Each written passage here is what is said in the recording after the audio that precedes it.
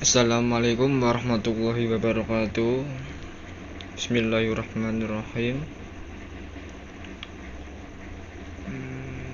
Terima kasih untuk Bu Maisana telah memberikan tugas ini kepada kami, dan selaku Bu Maisana MPDI, selaku dosen mata kuliah ini yang saya hormati, di sini saya akan langsung menyampaikan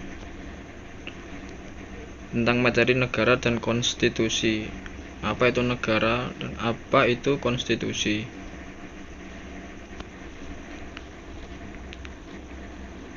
Negara adalah suatu daerah tertentu yang ditempati oleh sekumpulan orang, dikelola seorang pemimpin yang diakui oleh bawahannya sebagai pemilik kedaulatan. Ini menurut Mr. Soekarno.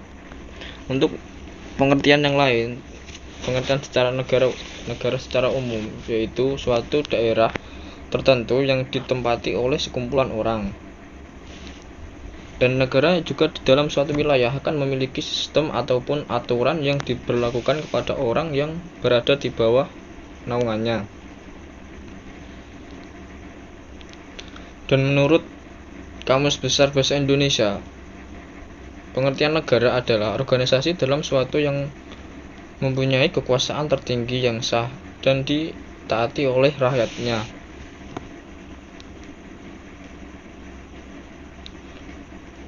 Kemudian pengertian negara dengan kata lain yaitu kelompok sosial yang menduduki wilayah atau daerah tertentu yang diorganisasikan di bawah lingkungan lembaga politik dan pemerintahan yang efektif. Sedangkan menurut Profesor Miriam Budiharjo mengatakan bahwa negara itu mempunyai arti sebuah bentuk organisasi dalam suatu wilayah dengan kekuasaan dapat menimbulkan kesejahteraan untuk kehidupan bersama.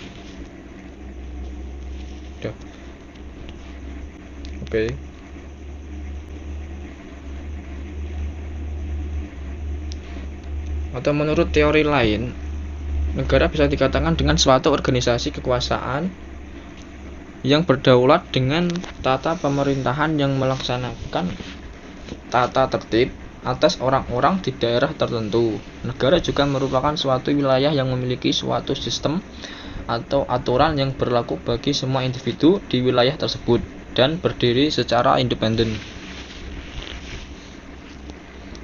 Untuk unsur-unsur negara akan dilanjutkan oleh Mbak Iis Kumalasari. Dan cukup sekian dari saya. Wassalamualaikum warahmatullahi wabarakatuh.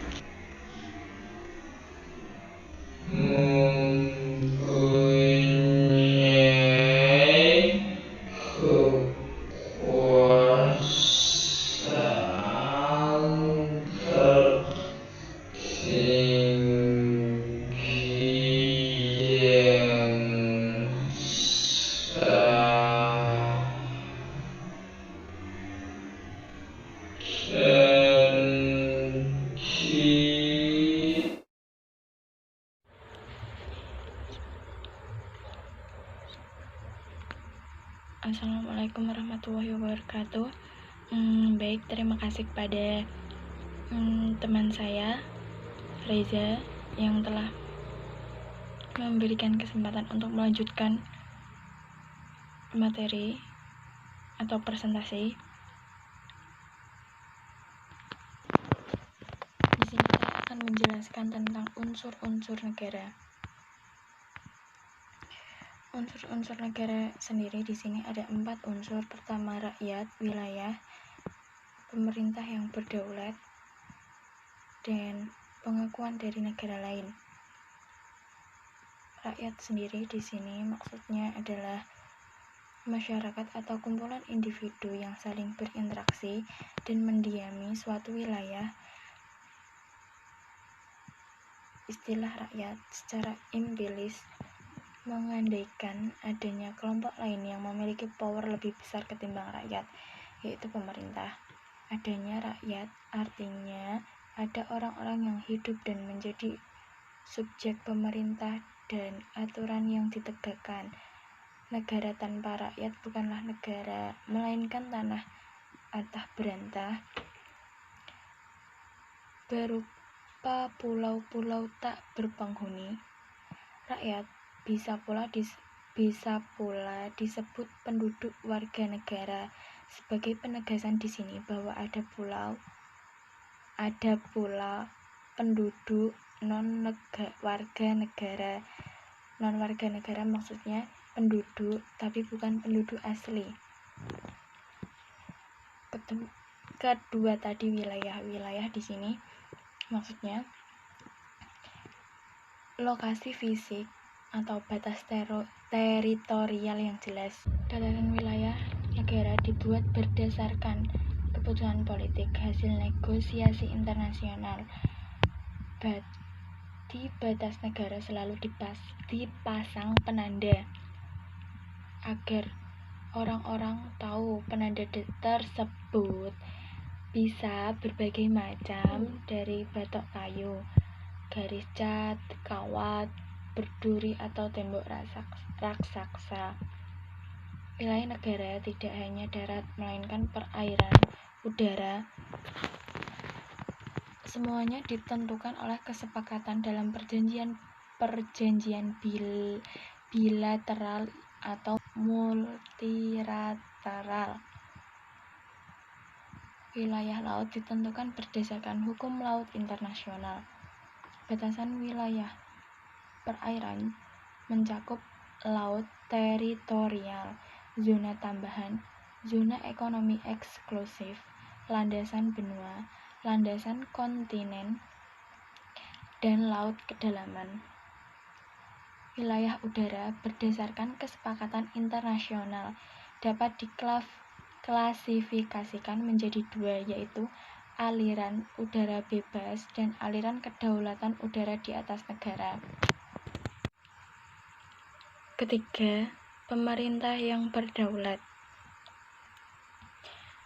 Pemerintah yang berdaulat bisa dipahami dalam arti sempit ataupun luas. Dalam arti sempit, pemerintah merupakan lembaga legislatif atau pelaksanaan undang-undang beserta seluruh jajarannya. Sedangkan dalam arti luas, pemerintah mencakup keseluruhan lembaga negara dalam sistem demokrasi yang berasas trias politika seperti Indonesia. Pemerintah dalam arti luas mencakup lembaga eksekutif, legislatif, dan yudikatif. Pemerintah merupakan kelengkapan negara yang bertugas menyelenggarakan negara sebagai sebuah organisasi besar. Pemerintah menentukan aturan dan menegakkan hukum serta membawa negara yang dikelola untuk mencapai tujuan yang ditetapkan. Penekanan di sini tampak pada kata berdaulat, artinya pemerintah suatu negara bukanlah boneka negara yang didikte dan dikendalikan oleh asing. Keempat, yang terakhir, pengakuan atas terbentuknya suatu negara bisa dikelompokkan menjadi dua, yaitu de jure dan de facto. De facto artinya berdasarkan kondisi faktual bahwa negara tersebut ada wilayahnya, orangnya, pemerintahnya. Pengakuan ini bersifat sementara sampai mendapat pengakuan de jure. Pengakuan de jure artinya pengakuan terhadap suatu eksistensi negara yang disahkan di atas kertas atau legal berdasarkan hukum internasional. Pengakuan de jure bisa disebut pengakuan hukum dan konstitusional. Negara yang mendapat pengakuan de jure memiliki hak dan kewajiban sebagaimana negara lain yang diatur dalam pemerintah nasional. Selanjutnya, konstitusi. Konstitusi dalam artian sempit di sini adalah undang-undang dasar. Kalau pengertian konstitusi sendiri adalah kumpulan peraturan yang membentuk, mengatur, atau memerintah negara. Selanjutnya, tujuan konstitusi. Pertama, membatasi kekuasaan penguasa sehingga tidak bertindak sewenang-wenang tanpa membatasi kekuasaan penguasa. Kedua, melindungi hak asasi manusia. Setiap penguasa berhak menghormati hak asasi manusia orang lain dan hak memperoleh perlindungan hukum di dalam melaksanakan haknya. Ketiga, pedoman penyelenggaraan negara dengan berpedoman pada Undang-Undang Dasar Negara akan berdiri kokoh. Maksudnya di sini yang tujuan konstitusi pertama.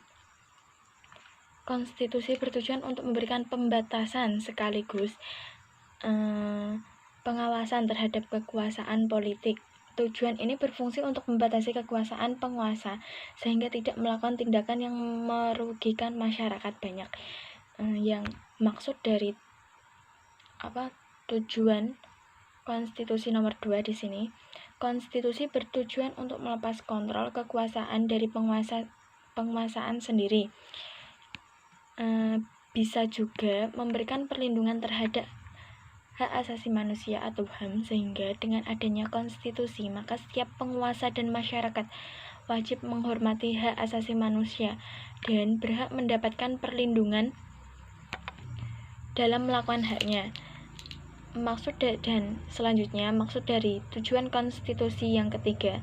Konstitusi bertujuan tujuan ketiga, pedoman penyelenggaraan negara dengan berpedoman pada Undang-Undang Dasar, maka negara akan berdiri dengan kokoh.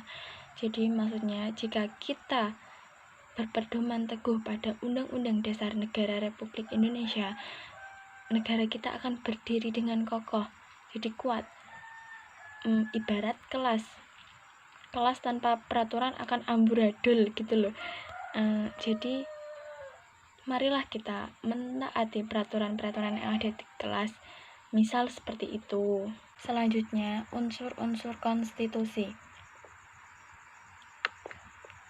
Unsur-unsur konstitusi ada 3. Pertama, konstitusi sebagai perwujudan perjanjian masyarakat kontrak sosial. Konstitusi yang ada merupakan hasil dari kesepakatan masyarakat untuk membina negara dan pemerintah yang akan mengatur mereka. 2. Konstitusi sebagai piagam yang menjamin hak-hak asasi manusia seperti perlindungan dan jaminan atas hak-hak manusia dan warga negara yang sekaligus penentuan batas hak dan kewajiban bagi warga maupun alat-alat pemerintah. 3. Konstitusi sebagai forma regimenis, yaitu kerangka bangunan pemerintah. Pendapat lain dikemukakan oleh Sri Sumantri yang menyatakan bahwa muatan konstitusi dapat dikelompokkan menjadi 3, yaitu pengaturan tentang perlindungan hak asasi manusia dan warga negara. Kedua, pengaturan tentang susunan ketatanegaraan suatu negara yang mendasar. 3. Pembatasan dan pembagian tugas-tugas ketatanegaraan yang juga mendasar. Sekian dari kelompok kami. Apabila ada tutur kata yang tidak mengenakan, cara penyampaian yang kurang jelas atau kurang tepat, dan materi-materi yang kami sampaikan juga kurang lengkap, kami dari kelompok kami mohon maaf untuk yang sebesar-besarnya. Assalamualaikum warahmatullahi wabarakatuh.